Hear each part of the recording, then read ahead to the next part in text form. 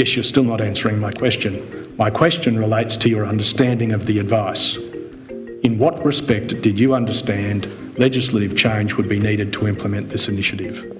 I understood that DSS had advised that legislative change was necessary. I had not turned my mind to which parts of the legislation would need to be changed because I was not responsible for that legislation. Did this affect your department? The fact that the legislation under which you operated had to be changed? Wouldn't it be something you'd want to know about? Commissioner, the split between DHS and DSS at that time was that DSS was responsible for the legislation and DHS... Look, I think you're saying the same things you said to Mr Gregory. They draw it, but it would affect your department, surely? It would affect our department, but... So didn't you need to know what it would do, how it would affect your department? We were administering many programs for many policy departments with many pieces of legislation. And it was our practice and the administrative arrangements orders that those departments were responsible for those pieces of legislation. Welcome to the Westminster Tradition podcast, where we unpack lessons for the public service, starting with the Robodebt Royal Commission. My name is Danielle Elston of Good Government Advisory, and today I join you from Kaurna land without my esteemed co-host, but instead joined by someone who might be regarded as public sector royalty, Andrew Podger AO.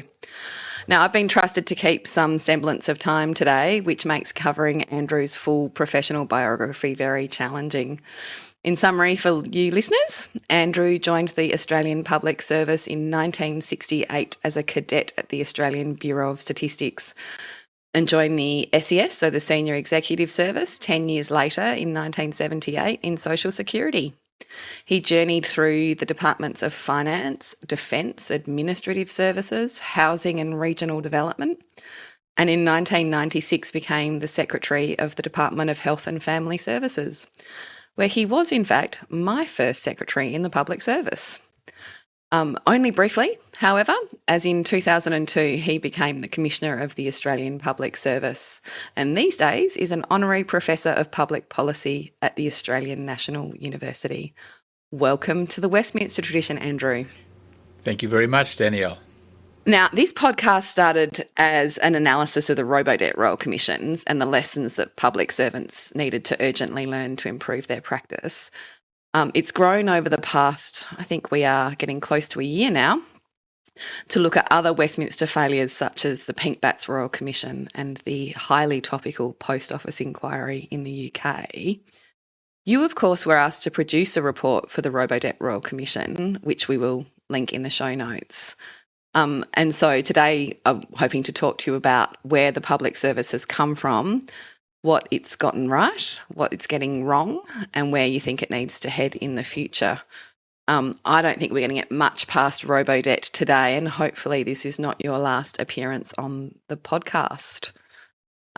Before we dive into those many failures, sometimes we do, Alison and Caroline and I do start to feel a little despondent on the pod, and so when we're looking at all the things that perhaps we are not doing as well as we could. So I'd love to start with, what do you think the APS or any of those jurisdictions of public services around the country are doing well right now? Well, I think Australia does have a well-earned reputation for its professional public sector.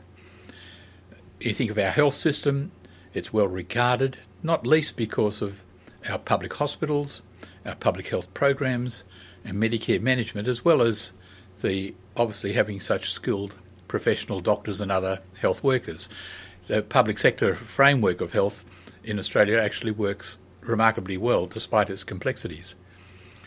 If I look over recent years, for the most part, all jurisdictions handled COVID remarkably well and very much supported by their public sectors. In many respects, the public sector is more highly educated today than it ever was in the past. So if I think back to when I joined the public service, graduate recruits were in a very small minority. Now they are the majority of the people joining the public service. It's a much better educated public service, many more graduates, many more professionals than we've had in the past. Having said all of that, I think we could do things a lot better, and all jurisdictions are facing concerns about capability and integrity. But I think we've got to accept that we're not starting off from a terrible base. We are starting off from a reasonably good base, and a base that in many respects is better than it was some decades ago. No, that's interesting, and we are definitely better educated, or we have at other times talked about whether that narrows the door a little bit too much sometimes. So sometimes that education bar can mean that we're not taking in kind of as many trainees. There's not as much in-house growing and learning, and there's a lot of having to have got your qualification before you come in. But I suppose the flip side of that is that there is that significantly lifted education standard just across the board in the public service. I mean, that's true, Danielle. I mean the most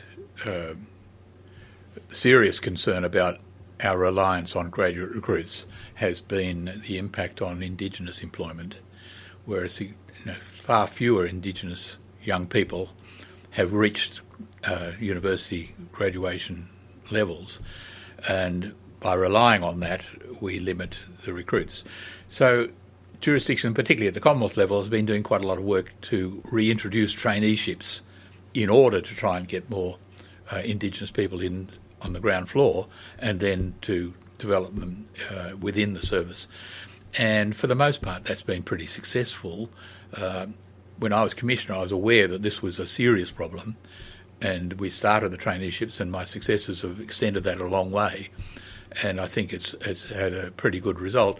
We've still got a long way to go in terms of Indigenous employment at more senior levels, but it is a much better framework than it might have been. No, absolutely. And it reflects a trend outside of the public service for tertiary qualifications for roles that 30, 40 years ago either were a form of vocational education, or so the public service in some ways has mirrored other industries when you look at that increasing kind of education attainment in order to work in them. So it's a part of being important that the service continues to be reflective of the citizenry and the kind of the workforce out elsewhere. We don't want to become an isolated workforce either.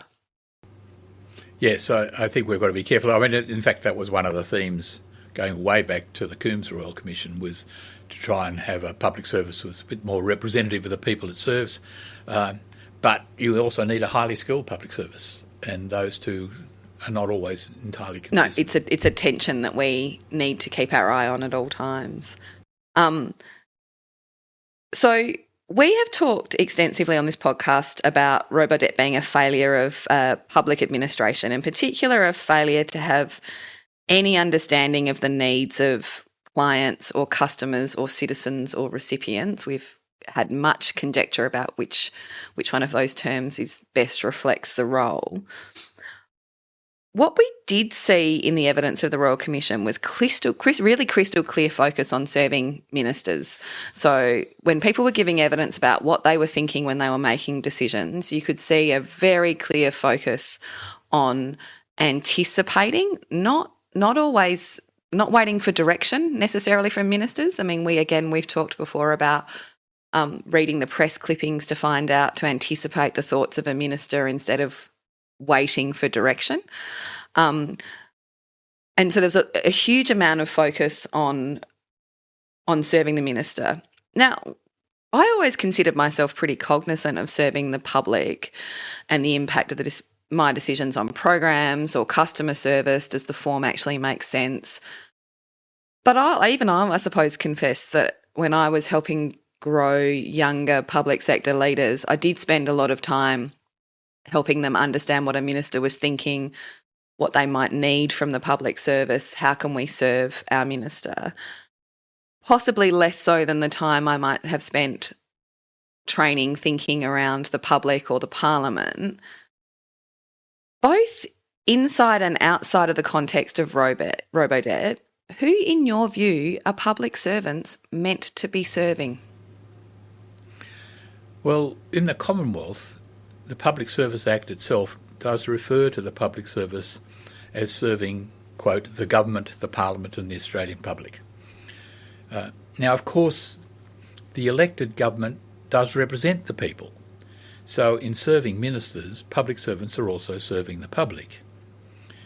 And as you say, an essential component of the craft of a professional public servant is how best to serve a minister, how to appreciate not only the government's stated policies, but also its broad philosophy and aims, and to understand how your minister thinks and works. So that's part of the craft. So the public service is not totally independent, but it does and must exercise a degree of independence. That's implied in values such as being a professional, impartiality, merit-based employment. These are all words which convey a sense of independence. Now, the government represents the public interest in terms of its policies, but the public service also protects the public interest in the way it administers those policies and the advice it gives government. So it also has an obligation to the Parliament, assisting ministers in their accountability, but also accepting accountability itself through that process. Now, this degree of independence varies. No doubt nurses in hospitals and teachers in schools pay far more attention to their duty to patients and students respectively than their responsibility to serve the government and ministers. Those in statutory authorities similarly exercise greater independence, authorised by the Parliament, but still, in the end, they are accountable through ministers. Now, so the balance will vary depending on the job you've got, but at all levels, you are serving the Parliament and the public as well as your minister, and getting that balance right is the key. What Robodebt demonstrated was excessive responsiveness to ministers, and there have been cases also, including Victoria and New South Wales, Queensland, as well as the Commonwealth, not just in Robodebt, but in other cases where a failure to understand other responsibilities, including to the public and the Parliament, that are important. No, I think it can be a very tough one because I think I'm not sure I'd get a minister to say it out loud, but there are many ministers who would probably say in private, you could never be too excessively responsive to my needs. That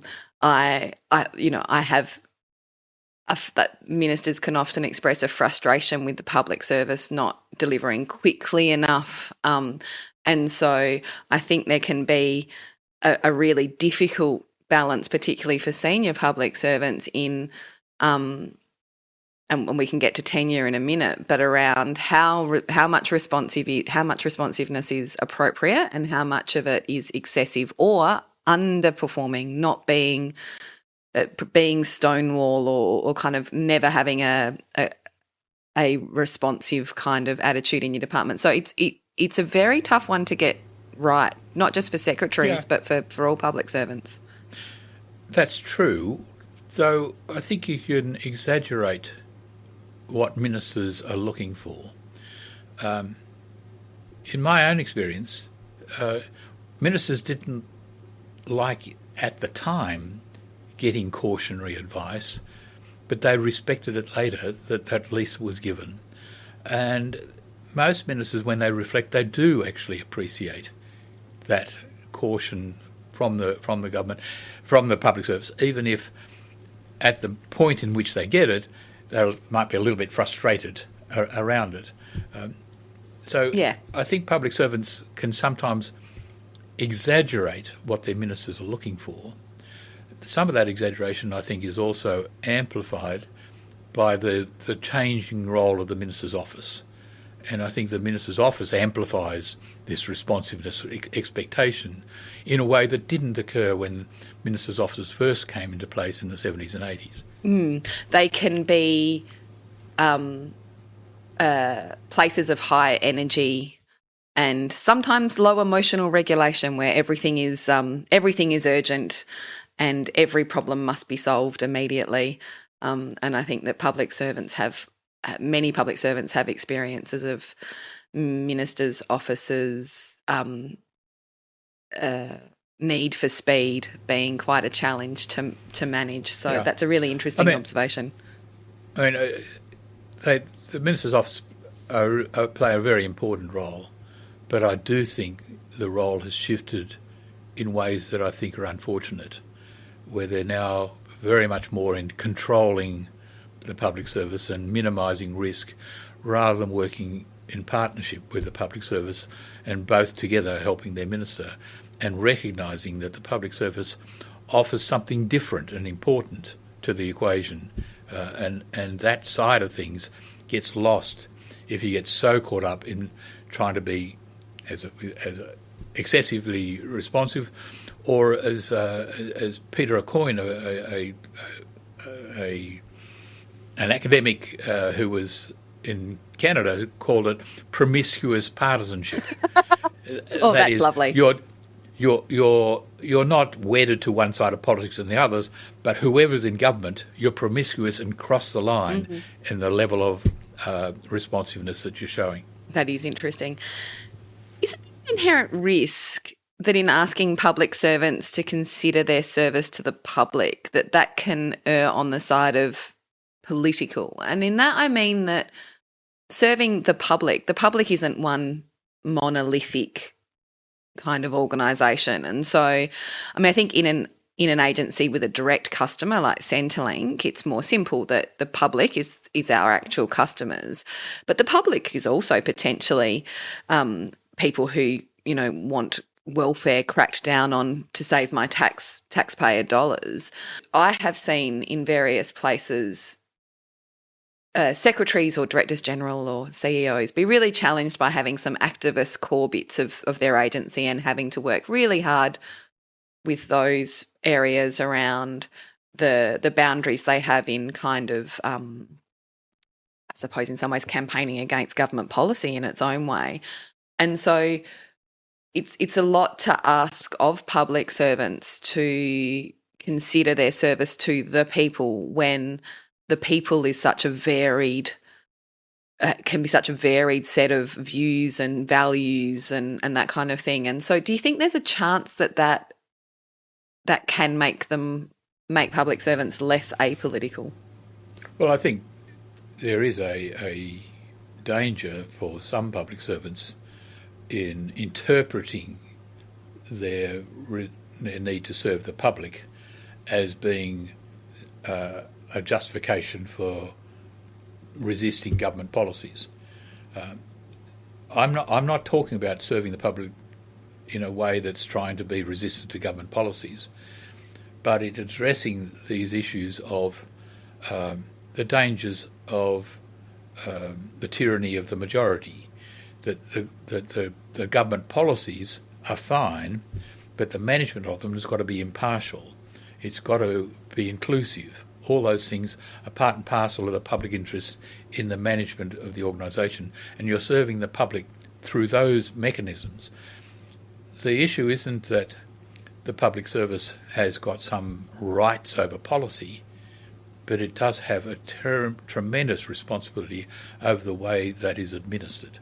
It also has responsibilities over the way it advises on the policy and make sure it uses its professional expertise and experience in offering that advice and trying to help the government with their policies, but to recognise, the evidence from its own experience and its expertise.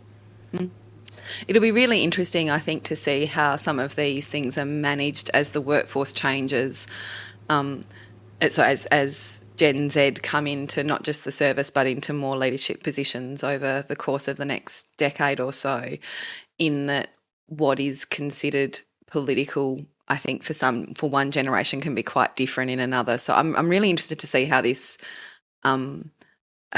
develops over time, because it's my experience and my reading of some of the newer entrants to the workforce that they're really very values driven, that will be what makes them choose one place to work over another, and how they balance that, whether that improves and whether we improve our focus on the public and service because of that values-driven generation, or whether we have more difficulty, especially in a kind of social media world, of managing the capital P political inside the public service. I think there'll be significant change, and it'll be interesting to see where it goes and whether it's a help or a hindrance. That's probably slightly too blunt, but yeah. I can see that. I mean, the challenge isn't new, but I can see why you're saying that it might become more difficult to manage. I've always had an issue around the question of the passion of public servants, and public servants can get they join the public service in order to do good and serve the public, and they'll have views on that, but they've also got to be dispassionate in the way they advise. They've got to be impartial in the way they administer programs.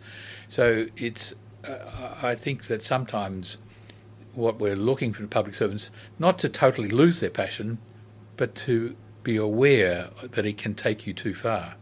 And you've got to be very careful to be passionate more about the values of the public service, the values of serving the public, the values of being impartial. All those things is what I want the public servants to be passionate about. That's interesting. That is interesting. Keep the passion, but direct it into a particular fashion.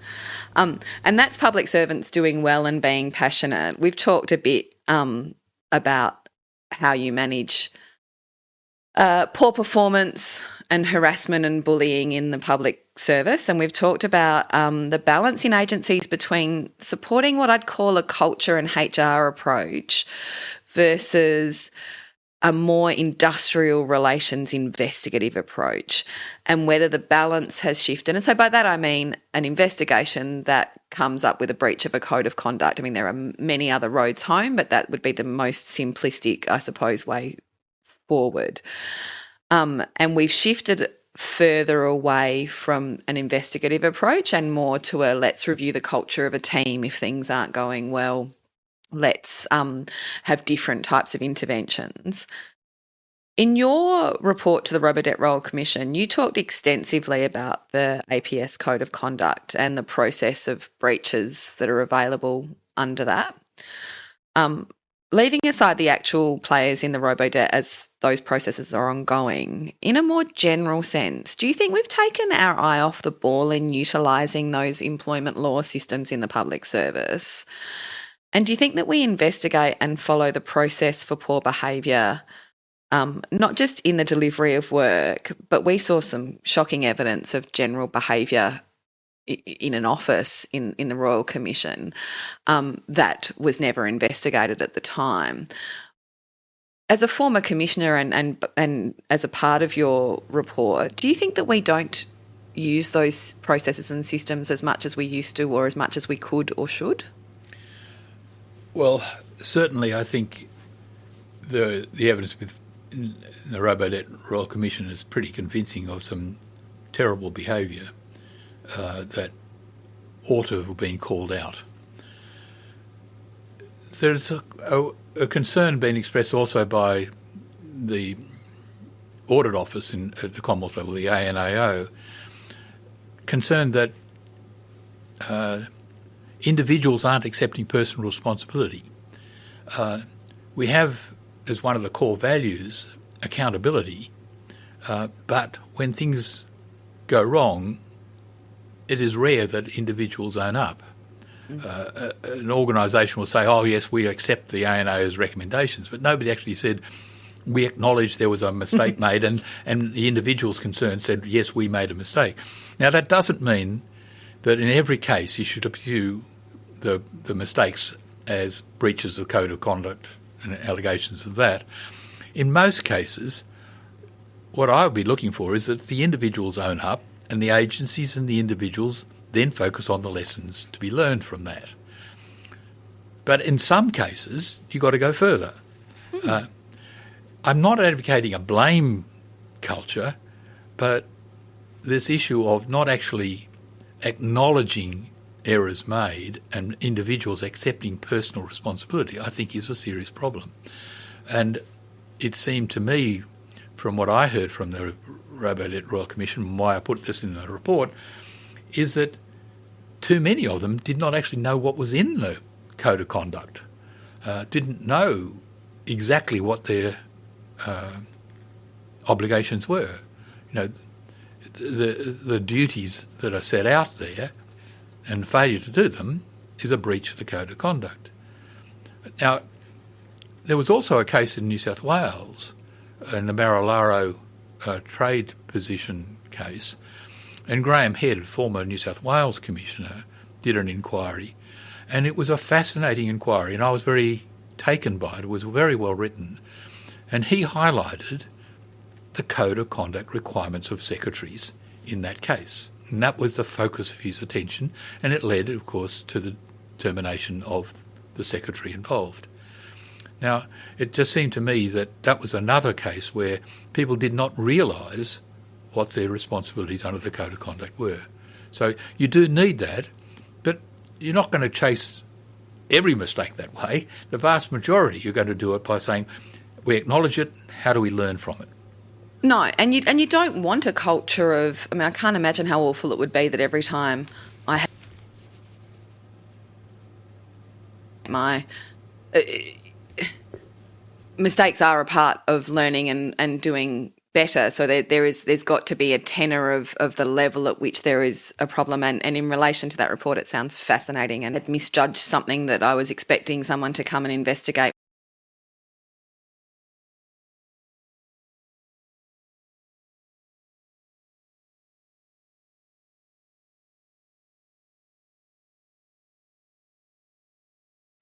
I can see that when Caroline gets wind of this, she will be putting that in the show notes and will probably be deep diving into it later on, because it is such a challenging area for the public service around when is a mistake something for growth and counselling. And when I say counselling, I mean counsel as to best practice, counsel as to how to improve, and when is it a breach of the code that needs to be dealt with in an industrial sense.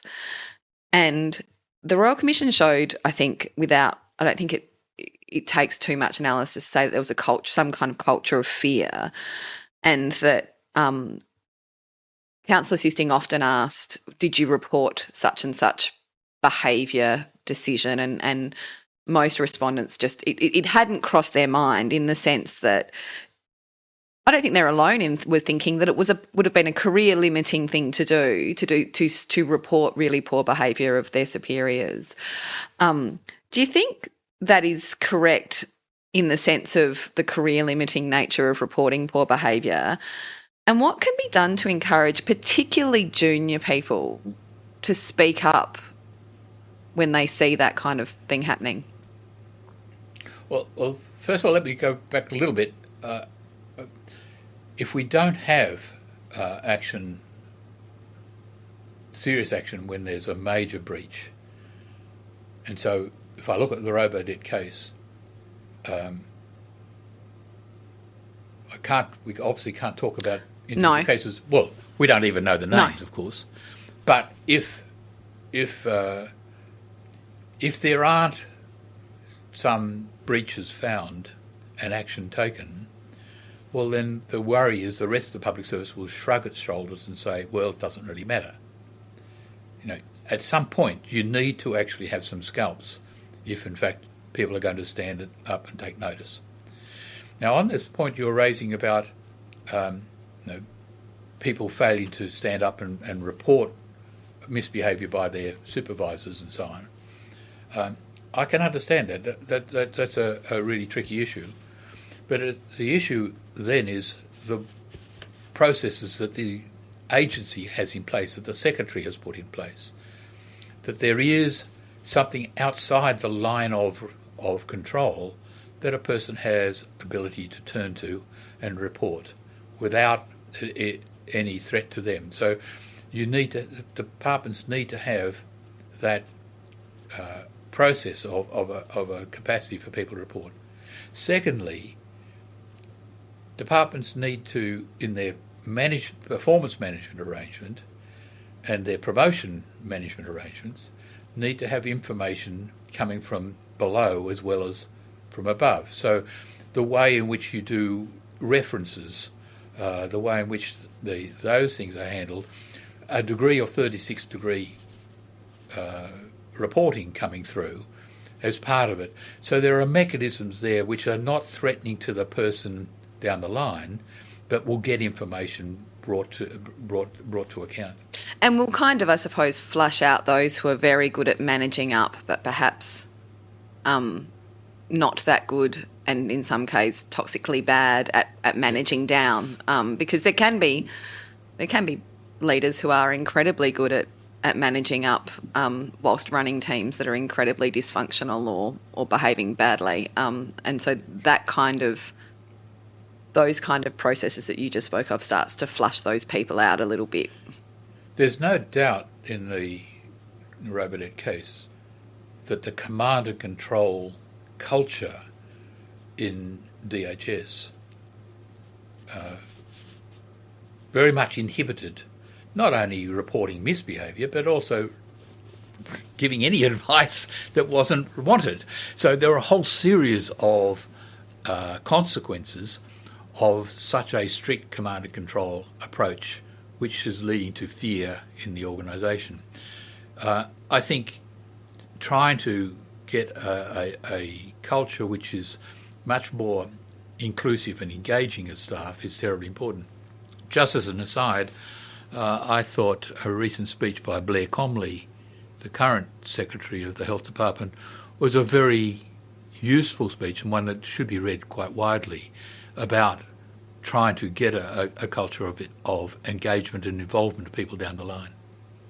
Excellent. We'll see if we can lay hands on that for our listeners for this episode. That leads me a little bit, Andrew, to something I potentially disagree with you on, which is you talked in your report about tenure for secretaries and the need for safeguards to ensure their ability to provide impartial advice. I think this is a bit of a tricky area, and it's not limited, I think, to secretaries or even the SES, as many services around the country have very high levels of short-term contract public servants and labour hire. There's a balance between being able to change the nature of the skills and talent in your organisation to meet the emerging or changing priorities. Whether that's we need less of a particular skill set, say an administrative skill set because we've automated a particular process, or whether that's a government's desire to have a secretary that brings a particular style to their work. So they want a reforming leader, not a business as usual leader. But that needs to be balanced with the need for people to feel secure enough to serve and give advice freely, and even not give advice. Even if you go to the compliance team, just to be able to point out errors and deficits, you need enough security as a labour hire person to be able to say, I think there's a problem. Can you elaborate on the role you think tenure has in balancing agility and security in the public service?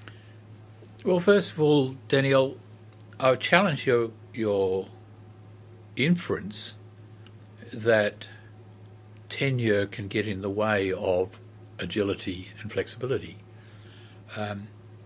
Interesting. Because you can have tenure, but still, when jobs disappear because of technology, people will be made redundant. Of course people can. Tenure doesn't mean a guaranteed job for life no matter what. The system can adjust with technology and always has. And we have provisions within the legislation for making people redundant when jobs disappear. And we've done that. We can also move people around when the priorities change.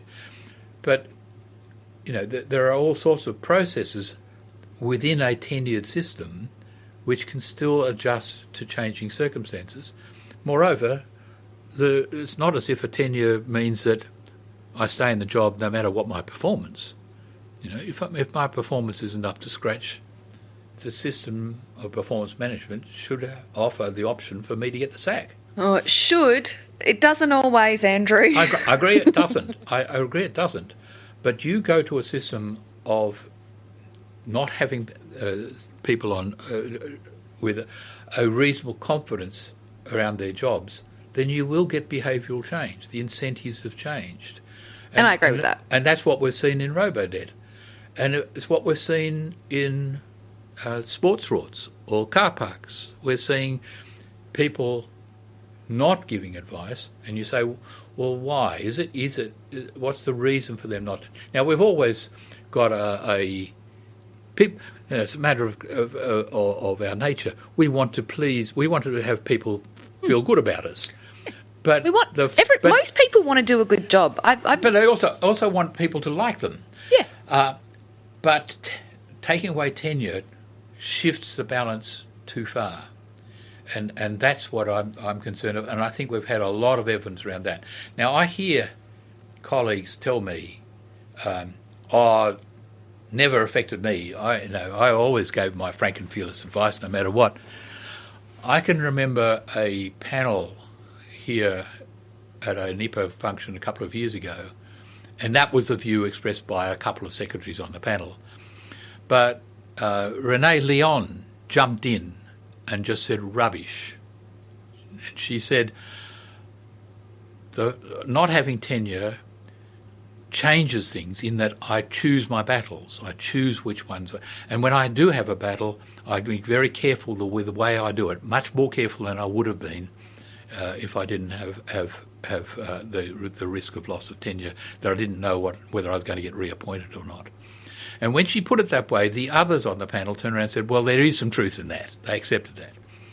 Another point I've always made is that I've never felt courage is needed in giving policy advice. It has never occurred to me that the advice I give on policy is constrained by anything. It's not been a problem. Where courage is needed is about issues of process. That something's got to be revealed publicly through FOI. It's got to be legal. That something's got to be. Yeah. It's an ethical and a legal set of issues. That's when courage is required. And that's precisely what you're seeing in robo-debt. Mm-hmm. Nobody wanted to tell ministers what they didn't want to hear, that this was not lawful.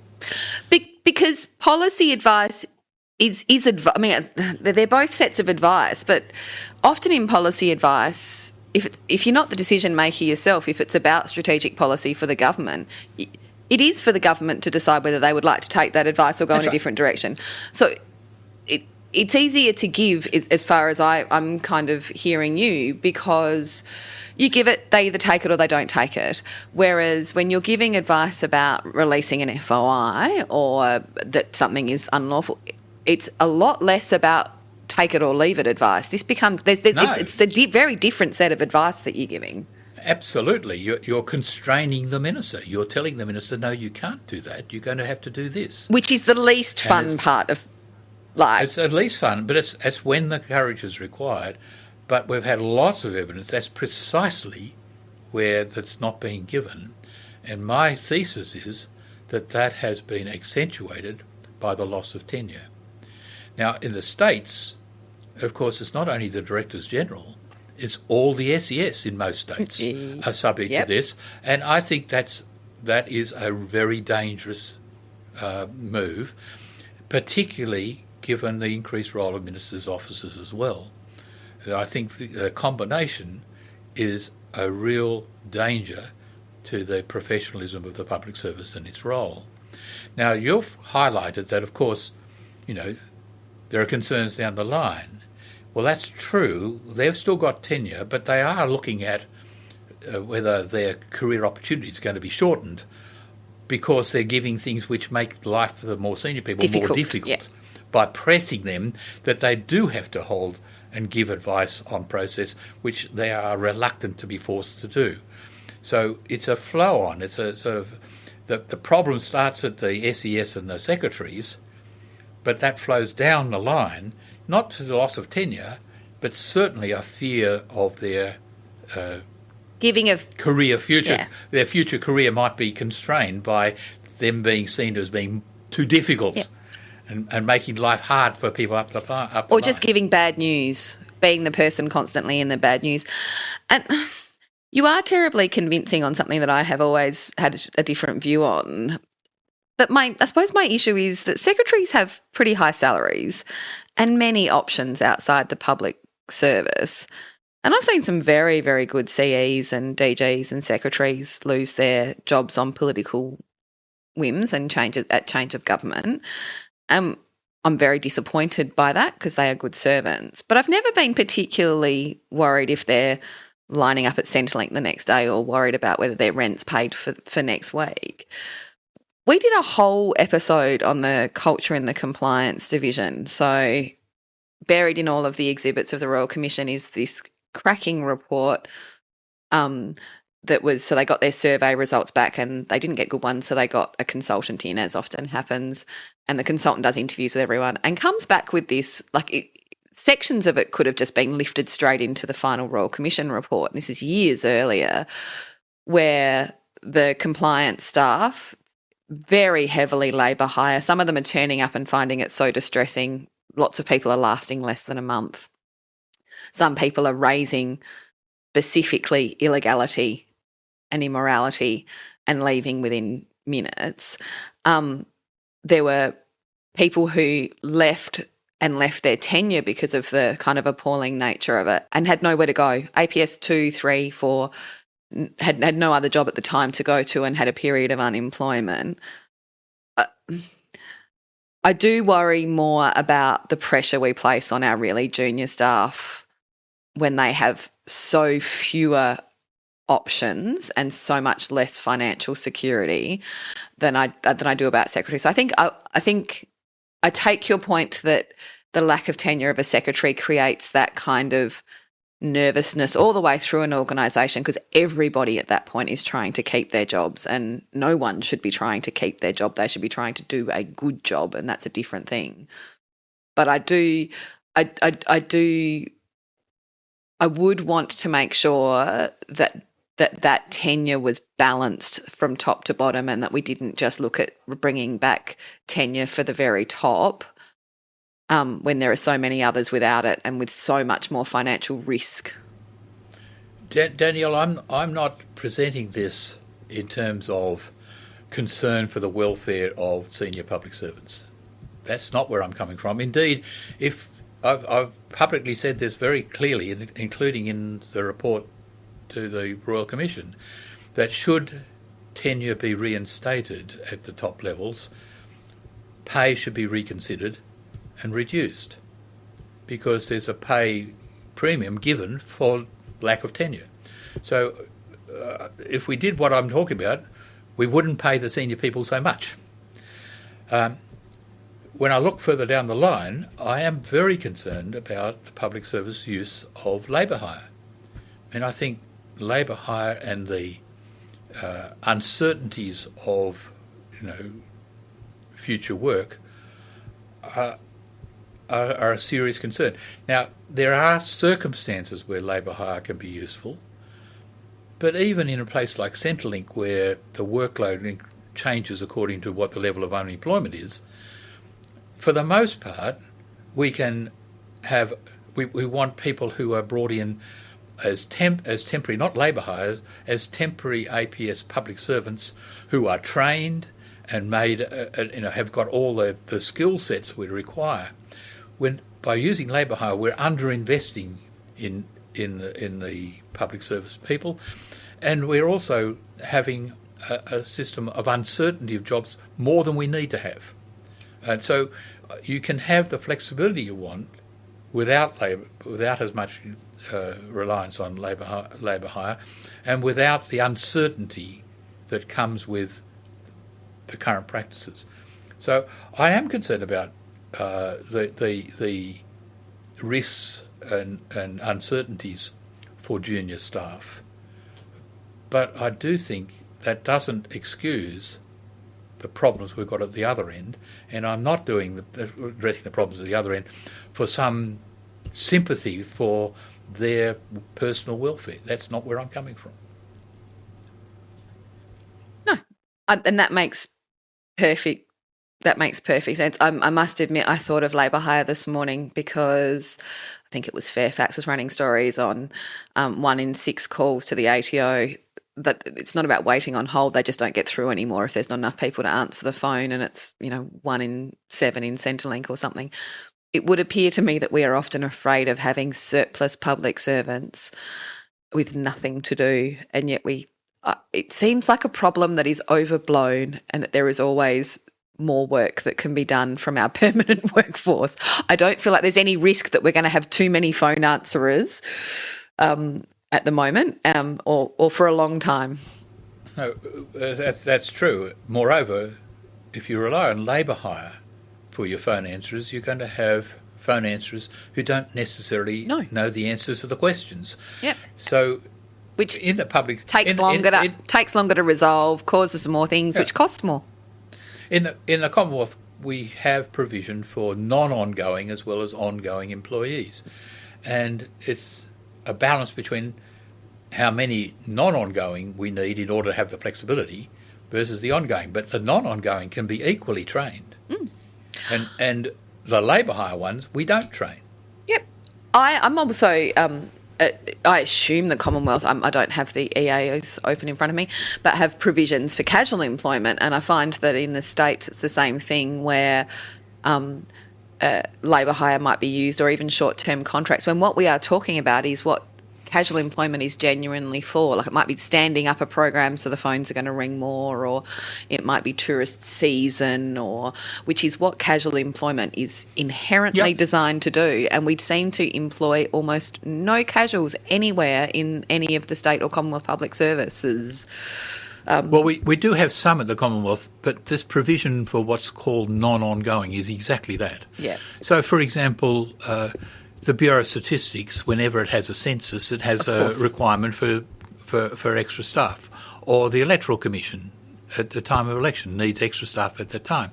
And what you want, however, is not labour hire. What you want is a staff that you have trained, who said that they're quite happy to be available at the time of the election, or happy to be available at the time of whatever. And Centrelink can do the same, have a workforce that's not permanent, not with them, but is trained and made available as required. But we don't make anywhere near enough use of that. Instead, we use this labour hire, and I think it's a recipe for having less skilled people providing less useful service to the public. But you've got a lower number of FTEs because they're not counted. But I won't continue on my labour hire bandwagon. Back to our secretaries. When we interviewed Sue Barden, she talked about how she just couldn't conceive of the number of senior public servants in the commission hearings making an argument that they did not know what was in the Act that governed their agency, and that they relied on legal advice to tell them what was in the Act. You've made arguments and recommendations that secretaries should have clear orientation at the start of their roles about their statutory responsibilities, and that the APS Commissioner be the person to lead the review of their performance and determine whether those statutory responsibilities are being met.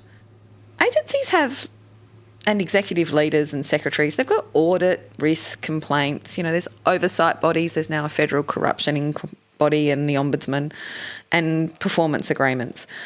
And they're all trying to flush out failures like this and catch mistakes and maladministration. What gives you confidence that your recommendations around strengthening understanding of and execution of statutory responsibilities and APS values would make a significant difference to the outcomes? When I first became a secretary, I was a little surprised that there was no orientation arrangement whatsoever. Yeah.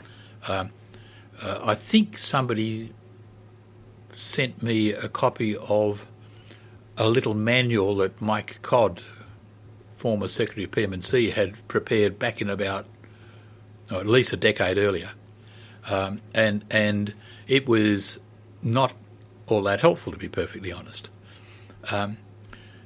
And so I had to put some time into understanding what are my statutory responsibilities under the Public Service Act, under the Financial Management and Accountability Act as it was then. but also what was in the Health Act about the responsibilities. Yeah. So there's all sorts of other things that need to be done.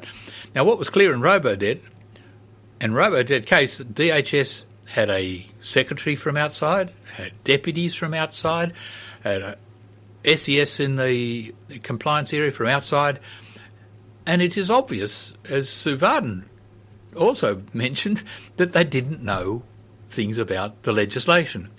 So I suspect in some places there's some better material for orientation for new secretaries today than at my time. Well, I don't think you can ever guarantee things like that, to be honest.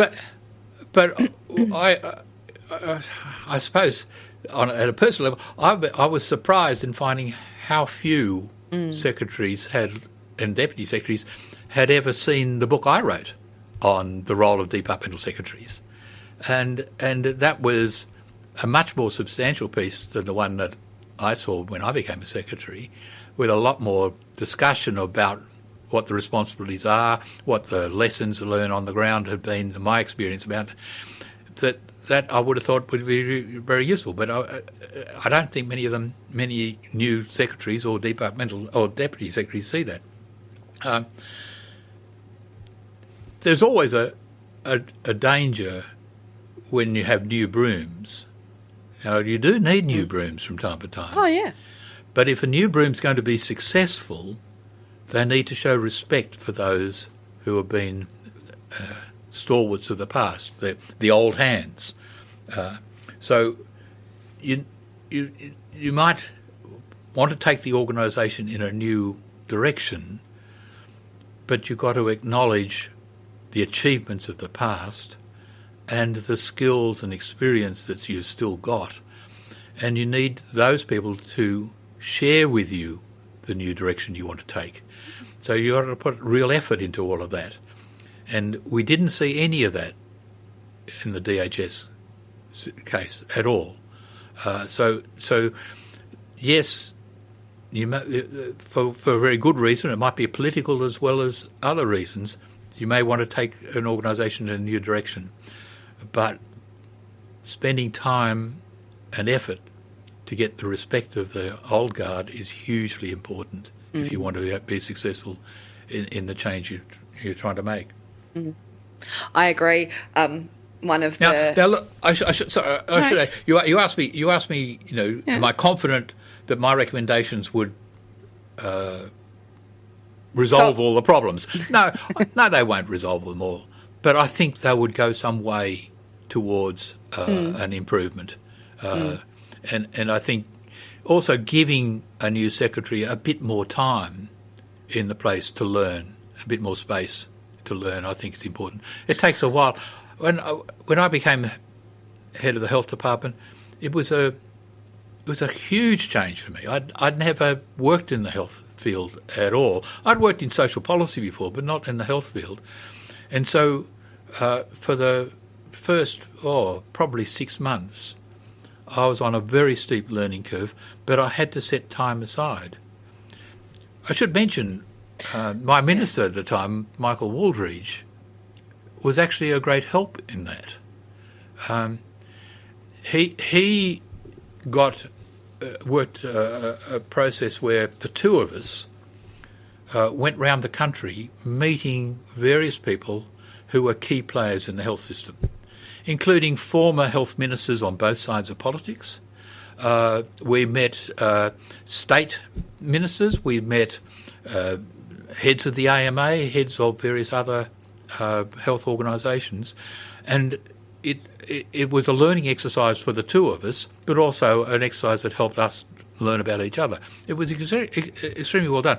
Stephen Duckett had been the previous secretary and sadly had been terminated, but I got my minister to agree that I could appoint him for a 3-month consultancy to help me in the transition. Excellent. And we had 2-hour seminars with every division to talk about what are the issues in that division, what's going on, with he at those seminars asking questions and making comments as part of my learning exercise. So we did that as a very serious thing for at least For me, what those plus the meetings the minister organised and some other activities over a 3 to 6 month period helped me enormously in learning the new ropes. Yeah, that's interesting. I mean, we could probably do a whole episode at some point on the role of secretaries, but also new secretaries. Your last two stories reminded me of two. We often are getting more and more secretaries, and I use the word secretary because we're talking about the Commonwealth, but of course it's a universal. In South Australia, they are chief executives. I think it's Queensland, they're DGs. Some of them are coming without any public service experience at all. I mean, you talk about the enormity of taking on health because the portfolio was new, so the content and the stakeholders and the push and pull between various funding agreements and was all new to you. But the public service wasn't new to you, whereas we now do appoint people with maybe a long history in the non-gov sector, or they're, not without substantial experience, but perhaps not blooded from junior to secretary in the public service. And so the orientation for them is another whole matter as well. I don't know if you've ever read John Hill. He's a former South Australian health minister, and he wrote a book on being a minister. And it's not the Latham Diaries. It's not about people. It's a book about process.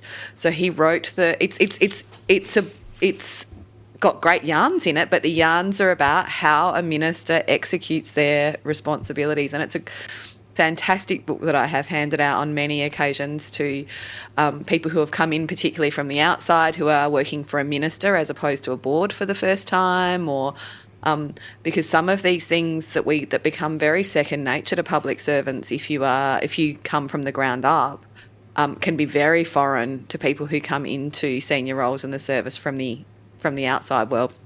And the other one was around how you bring people through with change, and you're having Stephen Duckett and your learning period. One of my most cringe-worthy stories from a jurisdiction is a new CE starts not moving through government and not a promotion, so has never been in this department before, and on the first day comes out and unfurls the new organisational structure, the new policy directions, to the executive on the first day. Hasn't even met or learned, and so I think corporate cultural strategy in a number of the kind of prevailing cultures can be about putting your flag in the ground quickly, and there's not a lot of talk of what you just talked about, which is that learning process that is required every time you go into a new portfolio or into a new role sometimes. Absolutely. I mean another classic case of a terrible process was in the Ombudsman's report talking about the Justice Department in Victoria, where a total replacement of the top executive and not done in any sensible way of trying to bring the people with experience and expertise in the place along with whatever change was required, but that didn't seem to be part of the agenda. It was simply a takeover, and I think that's a big mistake. You need, particularly with a big organisation, you need time to learn, and you need time not to come in with firm ideas on how to change. You might have some general idea of where the change ought to be, but you then tend to work with people to do exactly what it ought to be. So your strategic planning process, engaging with your staff and engaging with your stakeholders, is hugely important, but you need to give yourself 3 to 6 months to do that. You don't want to do it quickly. Oh, Andrew, I think there are some secretaries out there who are hoping you're in the ear of ministers with a 3 to 6 month learning curve there. Andrew, thank you so much for that. I'm going to get you back for our next episode to talk about something that we talk about a bit. Policy versus ops is one supreme over the other. How we collaborate or not, and about how we are using technology in the public service. So thank you so much, and we will be back with the next episode. Till next time. Just some appropriately bureaucratic disclaimers. Those of us in the employ of the state government speak in a strictly personal capacity, consistent with the Public Sector Code of Ethics that permits public servants to promote an outcome in relation to an issue of public interest, in this case, the betterment of the public service. Nothing we say should be taken as representing the views of the government or our employers. While we've tried to be as thorough in our research as busy full-time jobs and lives allow, we definitely don't guarantee that we've got all the details right. Please feel free to email us corrections, episode suggestions or anything else at thewestminstertraditionpod@gmail.com. Thanks to Pampot Audio for our intro and outro music. Till next time.